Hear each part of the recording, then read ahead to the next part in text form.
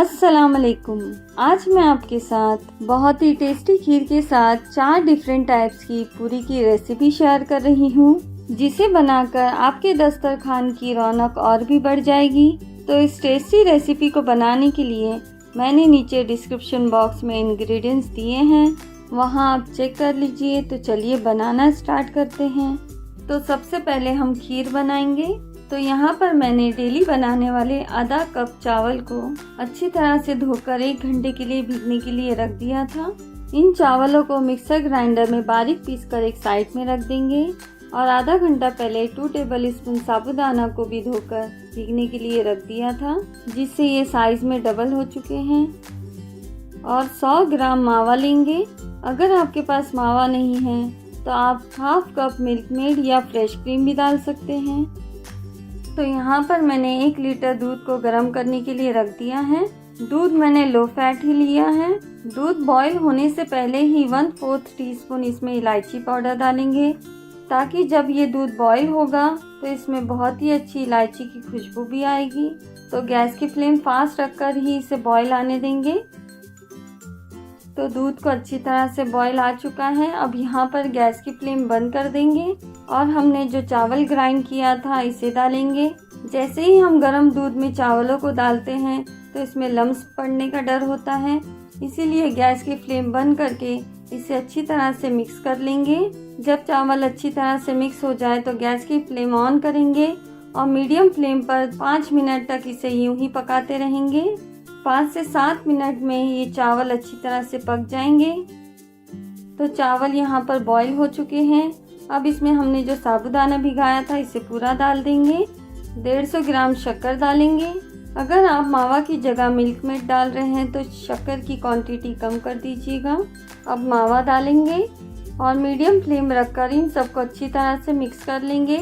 चावलों को शक्कर डालने से पहले ही दूध में मिक्स कर लीजिएगा, जिसकी वजह से चावल जल्दी पक जाएंगे। अगर हम शक्कर पहले ही डाल देंगे तो चावल पकने में थोड़े टाइम लगेगा, इसीलिए इस बात का ज़रूर ध्यान रखिएगा। तो मीडियम फ्लेम पर 2 से 3 मिनट तक इसे अच्छी तरह से बॉईल आने देंगे। अब इसमें बारीक कटे हुए ड्राई फ्रूट्स डालेंगे। आपके पास जो भी अवेलेबल हो आप वो ड्राई फ्रूट्स डाल सकते हैं। तो माशाल्लाह से खीर रेडी हो गई है। अब गैस की फ्लेम बंद कर देंगे। यहाँ पर हम पूरियों वाली खीर बना रहे हैं, इसीलिए खीर को थोड़ा पतला ही रखिएगा। गार्निशिंग के लिए इस पर थोड़े से ड्राई फ्रूट्स कट करके डालेंगे। तो खीर तो रेडी हो चुकी है। अब पूरी की तरफ चलते हैं। तो पूरी बनाने के लिए सबसे पहले हमें डो बनाकर रेडी कर लेना है। तो यहाँ पर मैंने आधा किलो मैदा लिया है। इसमें हाफ टी स्पून नमक डालेंगे और 3 टेबल स्पून घी डालकर इन सबको अच्छी तरह से मिक्स कर लेंगे। घी को हमें आटे में अच्छी तरह से मिक्स कर लेना है। इस तरह आटे में घी मिक्स करने से पूरी खस्ता बनती है, यानी क्रिस्पी बनेंगे। तो पूरी बनाने के लिए इस स्टेप को ज़रूर ध्यान रखिएगा कि इसे हमें घी में अच्छी तरह से मिक्स कर लेना है। अब नीम गर्म पानी या दूध डालकर इसे अच्छी तरह से गूंथ लेंगे। हमें इसका डो थोड़ा हार्ड रखना है, यानी हम जो रोटी बनाते हैं उस डो से थोड़ा हार्ड ही रखेंगे। तो डो रेडी हो गया है। अब इसे ढककर 20 मिनट के लिए रेस्ट देंगे। पूरी बनाने के लिए इसे रेस्ट देना बहुत ही ज़रूरी है, तो इस बात का भी ज़रूर ध्यान रखिए। अब पूरियों के लिए फिलिंग रेडी करेंगे। तो एक सूखे खोपरे की वाटी को अच्छी तरह से ग्रेट कर लेंगे और गैस की फ्लेम स्लो रखकर 1 से 2 मिनट तक इसे अच्छी तरह से भून लेंगे। इस तरह चीज़ों को भूनने से पूरियों की शेल्फ लाइफ और बढ़ जाएगी, यानी हम इसे स्टोर करके आराम से खा सकते हैं। तो इसका कलर हल्का सा चेंज हो चुका है। अब इसे एक बाउल में निकाल लेंगे। अब 3 टेबल स्पून रवा डालेंगे। इसे भी 2 मिनट तक स्लो फ्लेम पर भून लेंगे। तो रवे का कलर भी हल्का सा चेंज हो चुका है। अब इसे सेम बाउल में ट्रांसफ़र कर लेंगे। अब ड्राई फ्रूट्स को भी इसी तरह से भून लेंगे। आपके पास जो भी ड्राई फ्रूट्स हो आप वही डालिए। इसे भी 1 मिनट तक स्लो फ्लेम पर भून लेंगे और फिर सेम बाउल में ट्रांसफ़र कर लेंगे। अब 1 टेबल स्पून खसखस डालेंगे। 1 मिनट तक स्लो फ्लेम पर इसे भी भून लेंगे और सेम बाउल में इसे भी ट्रांसफ़र कर लेंगे। जब सारी चीज़ें ठंडी हो जाए तो इसमें 4 टेबल स्पून शक्कर डालेंगे और 1/4 टीस्पून इलायची पाउडर डालकर इन सबको अच्छी तरह से मिक्स करके रख लेंगे। तो एक फिलिंग हमारी रेडी हो चुकी है। अब दूसरी फिलिंग मावा की रेडी करेंगे। तो यहाँ पर मैंने 100 ग्राम मावा लिया है। इसमें 2 टेबल स्पून शक्कर डालेंगे, 1/4 टीस्पून इलायची पाउडर और 3 टेबल स्पून ड्राई फ्रूट्स डालेंगे। इन सबको भी अच्छी तरह से मिक्स कर लेंगे। तो पूरी की सेकेंड स्टफिंग भी रेडी हो चुकी है। अब पूरियों में लेयर बनाने वाला एक पेस्ट बनाएंगे। तो बॉल में 2 बड़े चम्मच कॉर्नफ्लावर के डालेंगे और सेम क्वांटिटी में 2 बड़े चम्मच घी डालेंगे, यानी घी और कॉर्नफ्लावर की क्वांटिटी सेम होनी चाहिए। अब 1 छोटा चम्मच बेकिंग पाउडर डालेंगे। अगर आपके पास बेकिंग पाउडर ना हो तो half tea spoon baking soda भी डाल सकते हैं। इन सबको बहुत ही अच्छी तरह से मिक्स कर लेना है। मिक्स करने के बाद इसी तरह का थिक पेस्ट होना चाहिए। अगर आपका पेस्ट थोड़ा पतला हो जाए तो 1 टेबल स्पून कॉर्नफ्लावर इसमें और मिक्स कर लीजिए। तो डो को भी आधे घंटे के ऊपर का रेस्ट मिल चुका है। डो के ऊपर थोड़ा सूखा आटा लगाएंगे और इसके 3 पार्ट कर लेंगे। अब डो का एक पीस ले लेंगे और 5 इक्वल शेप के पेड़े बना लेंगे। अब इन 5 पेड़ों की हमें रोटी बना लेनी है। तो सूखा आटा लगाकर 5 रोटियां हम बेल कर रख लेंगे। इसी तरह सेम साइज की सारी रोटियां बेल लेनी है। तो 5 रोटियों को मैंने बेल लिया है। अब हमने जो घी और कॉर्नफ्लावर का पेस्ट बनाया था इसे रोटी पर अच्छी तरह से स्प्रेड करेंगे। अब इस पर थोड़ा सी सूखा आटा छिड़केंगे। अब इस पर दूसरी रोटी रखेंगे और इस पर भी पेस्ट लगाएंगे। इसी तरह 5 रोटी को हमें पेस्ट लगाकर एक के ऊपर एक रख देना है। अब लास्ट वाली रोटी को इसी तरह सूखा आटा लगाकर कवर कर लेंगे। अब सूखा आटा लगाकर बिल्कुल हल्के हाथ से इसे बेलते रहेंगे ताकि जितनी भी हमने रोटियां इस पर रखी हैं वो एक दूसरे को चिपके नहीं। तो बिल्कुल आराम से सूखा आटा लगा कर हमें इसे बेल लेना है। सारी रोटियों को बेलने के बाद इस पर भी पेस्ट लगाएंगे। इस तरह पेस्ट लगाने से इसमें बहुत ज़्यादा लेयर बनेंगे। पेस्ट लगाने के बाद इस पर थोड़ा सूखा आटा छिड़केंगे और बिल्कुल हल्के हाथ से इसे नीचे से फोल्ड करते हुए जाएंगे। फोल्ड करते वक्त हमें दोनों साइड से इक्वल ही रखना है जिससे इसका शेप भी इक्वल आए। बस एक बार रोल करने के बाद इसे रोल करते हुए लंबा नहीं करना है। साइड से भी इसी तरह प्रेस करते हुए इसे इक्वल साइज देंगे। अब इसे नाइफ से कट करना है। तो सबसे पहले इसे इक्वल शेप देंगे, यानी कटने में हमें आसानी हो जाए और हमें एक ही क्वांटिटी की मिले। अब इसे नाइफ से इसी तरह आहिस्ता आहिस्ता कट करते जाएंगे। इसी तरह नाइफ से हल्के हाथ से इसे कट कर देंगे जिससे इसका शेप भी खराब नहीं होगा।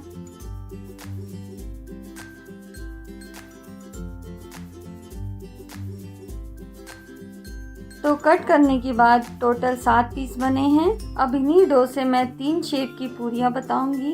तो 3 मैंने अलग रख दिए हैं और 4 अलग। तो जो मैंने 4 डो रखे हैं इसे फिर से बीच से कट कर लेंगे, यानी इसके टोटल 8 पीस कर लेंगे। याद रखिए कि हमें इसे बिल्कुल हल्के हाथ से कट करना है ताकि इसका शेप बिल्कुल भी खराब ना हो। तो अब इसके 8 पीस हो चुके हैं। तो 4 पीस को हम इस तरह हल्के हाथ से लंबा शेप देंगे और 4 को यूं ही गोल रखेंगे। अब जिस डो को हमने लंबा शेप दिया था इस पर थोड़ा सूखा आटा लगाकर हाथ से प्रेस करेंगे और बेलन लेके इसी तरह लंबे शेप में इसे एक रोल कर लेंगे। बिल्कुल हल्के हाथ से इसे बेलन से बेलेंगे और इसका साइज भी यूं ही थिक सा रहेगा। तो इसी तरह चारों पूरियों को बेल कर रख लेंगे।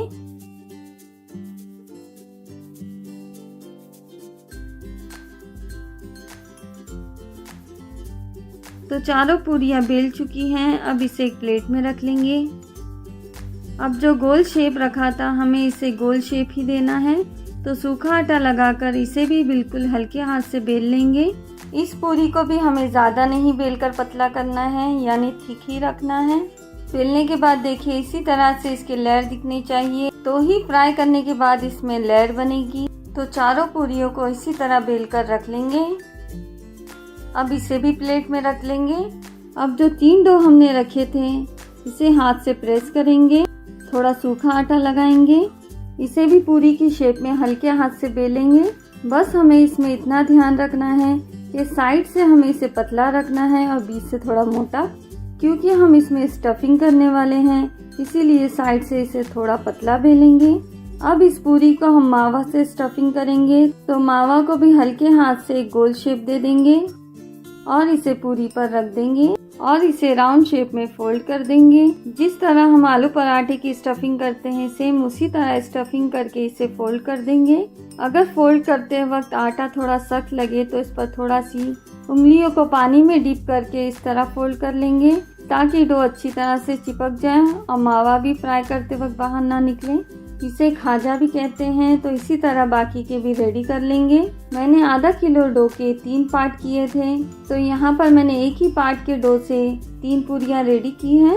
अब डो का 2 पार्ट बचा हुआ है, तो एक पार्ट से आप सेम इसी तरह से पूरियाँ रेडी कर लीजिए, जिससे सेम टाइप की पूरियाँ और एक्स्ट्रा बन जाएगी।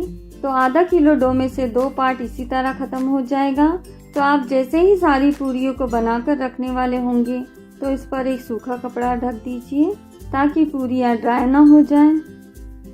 अब हमारा जो लास्ट डो बचा है इससे भी पूरियाँ बना लेंगे। इससे भी छोटे पेड़े बनाकर रख लेंगे। तो लास्ट डो से भी 6 पेड़े बन चुके हैं। अब सूखा आटा लगाकर इसे भी पूरियों की तरह बेल लेंगे। अब इसमें जो खोपरे वाली स्टफिंग हमने बनाई थी इसे डालेंगे। तो इसमें मैं 2 चम्मच डाल रही हूँ।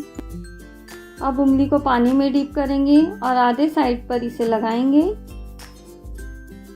अब इसे आधा फोल्ड कर देंगे, यानी गीले वाले साइड को नीचे रखेंगे और सूखे वाले पार्ट को उस पर डाल देंगे और इसी तरह उंगली से इसे प्रेस करेंगे। दोनों पार्ट अच्छी तरह से स्टिक हो चुका है। अब इसे थोड़ी डिज़ाइन दे देंगे। तो इस तरह उंगलियों से इसे डिज़ाइन देते जाएंगे। इसे बनाना तो बहुत ही आसान है, लेकिन जो किचन में नए हैं उन्हें बनाने में थोड़ा डिफ़िकल्ट होगा। लेकिन जितना आप प्रैक्टिस करेंगे इसे बनाना उतना ही आसान हो जाएगा। बस इसे नीचे से उठाते रहना है और फोल्ड करते रहना है। लास्ट में भी इसे इसी तरह फोल्ड करके इसे ऊपर की तरफ प्रेस कर देंगे, जिससे इसकी फिलिंग बिल्कुल भी बाहर नहीं आएगी। तो ये भी पूरी रेडी हो चुकी है। इसी तरह हम सारी पूरियाँ रेडी करके रख देंगे और इस पर एक कपड़ा डाल देंगे, ताकि ये ड्राई ना हो जाए।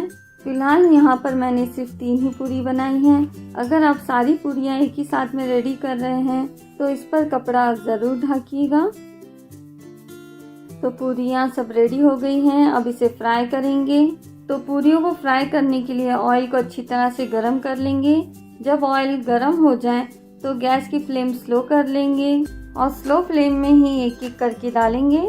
जैसे ही हम इसे पैन में डालेंगे तो स्पून से इस पर ऑयल को डालते रहेंगे, जिससे इनकी लेयर खुलेगी।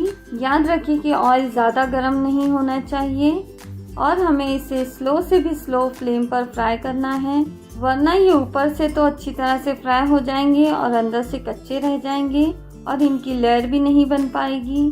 तो इसीलिए इसे स्लो फ्लेम पर आहिस्ता से ऑयल डालते रहेंगे। देखिए इसकी लेयर खुल रही है। इसे मावा खाजा भी कहते हैं। तो इसे इसी तरह फ्राई करिएगा। ऑयल अगर ज़्यादा भी गर्म हो जाए तो गैस की फ्लेम 1-2 मिनट के लिए बंद कर दीजिए और 2 मिनट बाद इसे फिर से ऑन कर दीजिए, क्योंकि इसे फ्राई करते वक्त ऑयल का टेम्परेचर बिल्कुल भी ज़्यादा नहीं होना चाहिए। कम से कम 10 से 12 मिनट लगेंगे इसे फ्राई करने के लिए, जिससे इनकी लेयर भी अच्छी बनेगी और ये क्रिस्पी भी बनेंगे। तो इसी तरह इसकी साइड चेंज करते रहेंगे और इसे फ्राई करते रहेंगे। ये खाने में बहुत ही टेस्टी लगते हैं। तो इनका कलर चेंज हो चुका है। इसे फ्राई करते हुए मुझे 12 से 15 मिनट लगे हैं। तो माशाल्लाह से ये बहुत ही क्रिस्पी भी बने हैं और इनकी लेयर भी देखिए कितनी सारी बनी है। अब इसे निकाल लेते हैं। अब दूसरी पूरियाँ रेडी करेंगे। तो इन पूरियों को ज़्यादा वक्त नहीं लगता है फ्राई करने के लिए। 5 से 6 मिनट में ये फ्राई हो जाते हैं, लेकिन इन्हें भी हमें बिल्कुल स्लो फ्लेम पर ही फ्राई करना है, इस पूरी पर भी इसी तरह तेल डालते रहेंगे। याद रखिए कि अगर पूरियों को हमें क्रिस्पी बनाना है तो इसे इसी तरह स्लो फ्लेम पर फ्राई करते रहेंगे, जिससे पूरियों का कलर भी डार्क नहीं होगा और ये ज़्यादा खस्ता भी बनेंगे। इसी तरह टर्न करते हुए इसे भी फ्राई कर लेंगे।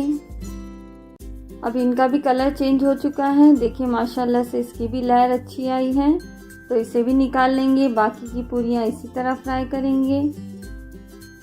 अब गोल वाली पूरियाँ डालेंगे, इसे भी स्लो फ्लेम पर ही फ्राई करना है और इसी तरह चम्मच से इस पर ऑयल डालना है।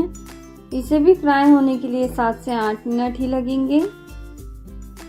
तो ये पूरियाँ भी फ्राई हो चुकी हैं। माशाल्लाह से इनकी लेयर देखिए कितनी अच्छी लग रही है। इसे भी निकाल कर रख लेंगे और इस टाइप की इसी तरह पूरियाँ फ्राई करेंगे। अब खोपरे वाली पूरी फ्राई करेंगे, तो इसे भी स्लो फ्लेम पर इसी तरह फ्राई करना है।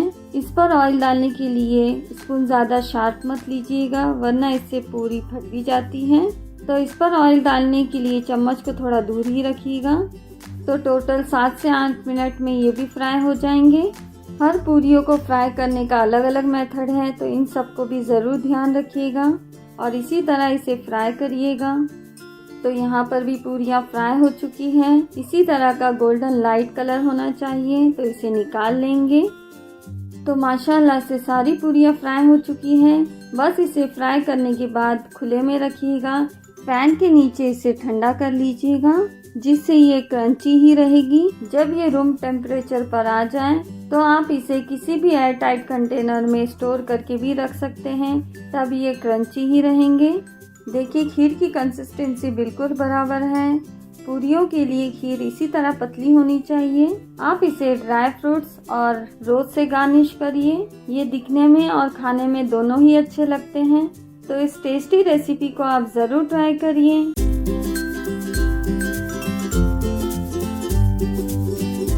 आज मैं आपके साथ बहुत ही झटपट और आसानी से बनने वाली टेस्टी मटन बिरयानी की रेसिपी शेयर कर रही हूँ। बिना किसी मैरिनेशन के रखे हुए आप इसे यूँ बना लेंगे, वो भी बिल्कुल भटियारा स्टाइल में। तो बिना टाइम वेस्ट किए हुए इस रेसिपी को बनाना स्टार्ट करते हैं। मैंने नीचे डिस्क्रिप्शन बॉक्स में इंग्रेडिएंट्स दिए हैं, वहाँ आप चेक कर लीजिए। तो चलिए बनाना स्टार्ट करते हैं। इस मटन बिरयानी को मैंने 1 किलो बासमती राइस और 1 किलो मटन से बनाया है। तो प्रेशर कुकर में हाफ कप ऑयल गरम कर लेंगे। गैस की फ्लेम हम मीडियम रखकर इसमें कुछ खड़े गरम मसाले डालेंगे। 2 तेजपत्ता, 1 बड़ी इलायची, 1 दालचीनी का टुकड़ा, 3 से 4 लौंग, 7 से 8 काली मिर्च और 6 हरी इलायची डालकर मीडियम फ्लेम पर 1 मिनट तक इसे पकने देंगे। जैसे ही हम इसे गरम तेल में डालते हैं, इसमें मसालों की बहुत अच्छी खुशबू आती है। अब 4 बड़े प्याज को कट करके डालेंगे। अब यहाँ पर गैस की फ्लेम फास्ट कर लेंगे और प्याज का कलर हल्का ब्राउन होने तक इसे फ्राई करेंगे। याद रखिए कि प्याज को हमें ज़्यादा ब्राउन नहीं करना है, बस इनका कलर लाइट ब्राउन होने तक ही इसे भुनना है। प्याज को ज़्यादा डार्क ब्राउन करने से बिरयानी के मसालों का कलर डार्क हो जाता है, जिससे मसालों का कलर काला हो जाता है। तो देखिए प्याज हल्की ब्राउन हो चुकी है। अब यहाँ पर 2 टेबल स्पून अदरक लहसुन का पेस्ट डालेंगे और मीडियम फ्लेम पर 1 मिनट तक इसे भी भून लेंगे। अब इसमें मटन डालेंगे। मटन आपको जैसा भी लेना हो आप ले सकते हो, बोन वाला या बिना बोन वाला। गैस की फ्लेम मीडियम रखकर 2 से 3 मिनट तक मटन को इसमें अच्छी तरह से भून लेंगे, जिससे मटन का थोड़ा बहुत पानी छूट जाएगा। तो देखिए मटन का पानी भी छूट चुका है और मटन भी अच्छी तरह से भून गया है। अब इसमें 1.5 टेबल स्पून लाल मिर्च पाउडर डालेंगे, 1 टेबल स्पून धनिया पाउडर, 1.5 टीस्पून जीरा पाउडर, हाफ टी स्पून हल्दी पाउडर, 1 टीस्पून नमक और 1/4 टीस्पून गरम मसाला पाउडर डालकर मीडियम फ्लेम पर 5 मिनट तक इसे अच्छी तरह से भून लेंगे। इसमें हमें पानी नहीं डालना है। अगर आपको भूनते वक्त मसालों में पानी की कमी लगे तो ही 1 से 2 टेबल स्पून पानी डालिए, वरना इसे यूं ही भून लीजिए। मैंने इसमें पानी नहीं डाला है क्योंकि मटन के पानी से ही मैंने इसे भून लिया है। तो देखिए मसालों में से ऑयल भी छूट चुका है। अब इसमें 400 ग्राम दही डालेंगे। दही को अच्छी तरह से फेंट कर डालिएगा और दही खट्टा भी होना नहीं चाहिए। अब 2 मिनट तक मीडियम फ्लेम पर दही और मसालों को भी अच्छी तरह से भून लेंगे। हमें इसमें बिल्कुल भी पानी नहीं मिलाना है। दही के पानी से ही हम गोश्त को गलाएंगे। तो देखिए दही का पानी छूट चुका है। अब प्रेशर कुकर का ढक्कन लगाकर मीडियम फ्लेम रखकर 3 सीटी ले लेंगे, या फिर आपके गोश्त को जितना भी गलने में टाइम लगता है आप उतनी ले लीजिए। लेकिन याद रखिए कि गोश्त को ज़्यादा मत गलाइए, क्योंकि जब हम इसे दम पर रखते हैं तो गोश्त और गल जाता है। तो मटन को 80% तक ही गलाना है। तो मटन गल चुका है।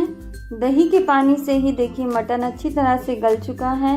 अब गैस की फ्लेम ऑन करेंगे और इसमें 3 मीडियम साइज़ के आलू को कट करके डालेंगे और 3 बड़े टमाटरों को इसी तरह स्लाइस में कट करके डालेंगे और 1/4 टीस्पून से भी कम जायफल पाउडर डालेंगे। इससे बहुत ही अच्छी खुशबू आती है, तो इसे स्किप मत करिएगा। टमाटरों को भी इसी तरह मोटा कट करके डालिएगा, वरना ये पूरे पेस्ट जैसे हो जाते हैं। इसे अच्छी तरह से मिक्स करके 5 मिनट तक ढक्कन ढककर इसे पकने देंगे। गैस की फ्लेम स्लो ही रखेंगे। अब टमाटर के रस से ही 50% तक आलू भी गल जाएगा और टमाटर भी। हमने बिरयानी के मसाले में स्टार्ट टू एंड देखिए बिल्कुल भी पानी नहीं डाला है, जिससे मसालों का टेस्ट बहुत ही अच्छा आएगा। तो यहाँ पर मैंने चावल के लिए पानी को गर्म करने के लिए रख दिया था। तो पानी को अच्छी तरह से बॉयल आ गया है। अब इसमें 1 तेज़पत्ता, 2 लौंग, 5 हरी इलायची, 1 दालचीनी का टुकड़ा और 1 टीस्पून शाहजीरा डालेंगे। 4 से 5 हरी मिर्चियों को चीरकर डालेंगे और थोड़े से पुदीना के पत्ते। पुदीना के पत्तों को कट मत करिएगा, ऐसे ही डालिएगा। अब गैस की फ्लेम फास्ट रखकर इसे 5 मिनट तक बॉयल आने देंगे, जिससे इन सारी चीज़ों का पानी में टेस्ट आ जाएगा। अब इसमें 1 किलो बासमती चावल डालेंगे। चावलों को मैंने आधे घंटे के लिए पानी में अच्छी तरह से धोकर भीगने के लिए रख दिया था। बिरयानी के चावलों को इसी तरह आधे घंटे के लिए भीगने के बाद ही डालिएगा, जिससे चावल खिले खिले बनते हैं। अब 2 टेबल स्पून इसमें नमक डालेंगे और इसे मिक्स करके बॉयल आने देंगे। गैस की फ्लेम हम फास्ट ही रखेंगे और चावलों को 80% तक पकने देंगे। यानी चावलों को इतना पकाना है कि चावलों को जब हम तोड़े तो ये आधे होने चाहिए। तो चावलों को बॉयल आ रहा है, तो यहाँ पर 2 से 3 ड्रॉप केवड़ा वाटर डालेंगे। इससे बहुत ही अच्छी खुशबू आती है। अगर आपके पास ये ना हो तो आप रोज़ वाटर भी डाल सकते हैं या फिर इसे ऐसे भी पका सकते हैं। तो चावल 80% तक गल चुके हैं। देखिए इसी तरह चावल आधे होने चाहिए। अब गैस की फ्लेम बंद कर देंगे और इसे छान लेंगे। तो देखिए यहाँ पर आलू भी 50% गल चुके हैं और टमाटर भी अच्छी तरह से भुन चुके हैं। बिरयानी का मसाला भी रेडी हो गया है। अब जिस स्टोव में हमने चावल बनाया था उसी में 2 से 3 चम्मच चावल के डालेंगे। इस तरह बॉटम में चावल डालने से मसाले जलते भी नहीं हैं। अब यहाँ पर बिरयानी का सारा मसाला डाल देंगे। मसालों को अच्छी तरह से फैलाएंगे। अब इस पर थोड़े से पुदीना के पत्ते डालेंगे। पुदीना को कट नहीं करना है, इसे यूं ही डालना है। और थोड़े से हरा धनिया डालेंगे। हरा धनिया को आप कट करके डाल सकते हैं। अब सारे चावलों को इस पर डाल देंगे। चावल देखिए माशाल्लाह से कितने खिले बने हैं। अच्छी बिरयानी बनाने का सबसे मेन टिप ये भी है कि हमारे चावल बहुत अच्छे होने चाहिए। इसीलिए बासमती चावल लेने में कोई कॉम्प्रोमाइज़ मत करिए। जितना हम अच्छी क्वालिटी का बासमती चावल डालेंगे बिरयानी उतनी ही अच्छी बनेगी। अब इस पर 1 बड़ा नींबू का रस डालेंगे। इस तरह नींबू का रस डालने से भी बिरयानी में बहुत अच्छा टेस्ट आता है। अब 5 से 6 टेबल स्पून दूध में चुटकी भर खाने वाला ऑरेंज कलर डालेंगे और चावलों पे इसे अच्छी तरह से स्प्रेड करेंगे, जिससे इसका कलर बहुत अच्छा आएगा। अब इसे थोड़े से पुदीना के पत्ते और फ्राई की हुई प्याज के साथ गार्निश करेंगे। अब 5 से 6 टेबल स्पून ऑयल डालेंगे। ये ऑयल पकाया हुआ है, इसी में मैंने कांदे को फ्राई किया था, या फिर आप इसकी जगह थोड़ा घी भी डाल सकते हैं। लेकिन याद रखिए कि ऑयल पका हुआ होना चाहिए, वरना बिरयानी में ऑयल की कच्ची स्मेल आएगी। अब इसे अच्छी तरह से ढककर गैस की फ्लेम ऑन रखकर 5 मिनट तक इसे मीडियम फ्लेम पर पकने देंगे। और 5 मिनट बाद गैस की फ्लेम हम इतनी स्लो रखेंगे जितना हम चावलों को दम देने के लिए रखते हैं। और फिर 12 से 15 मिनट तक इसे स्लो फ्लेम पर पकने देंगे। स्लो हमें इतना रखना है कि चावल जले नहीं, यानी फ्लेम स्लो से भी स्लो रखिएगा। बिरयानी को दम देते वक्त आप इसे सिल्वर फॉइल से भी अच्छी तरह से कवर कर सकते हैं, जिससे बिरयानी का सारा अरोमा इसी में रहेगा, या फिर इसे किसी कॉटन कपड़े से भी अच्छी तरह से कवर कर सकते हैं। तो 15 मिनट हो चुके हैं और बिरयानी भी रेडी हो गई है। माशाल्लाह से बिरयानी में बहुत ही अच्छी खुशबू आ रही है। चावल भी देखिए कितने खिले खिले बने हैं और इनका कलर भी कितना अच्छा आया है। तो जो भी आप फूड कलर डाल रहे हो उसे इसी तरह दूध में मिक्स करके डालिएगा, जिससे इसका कलर भी बहुत अच्छा आएगा। तो इस टेस्टी मटन बिरयानी को ज़रूर ट्राई करिए, और अगर आपको मेरी रेसिपी अच्छी लगी हो तो इसे लाइक, शेयर एंड सब्सक्राइब करना ना भूलिए। तो फिर मिलते हैं एक नई रेसिपी के साथ। अल्लाह हाफिज़।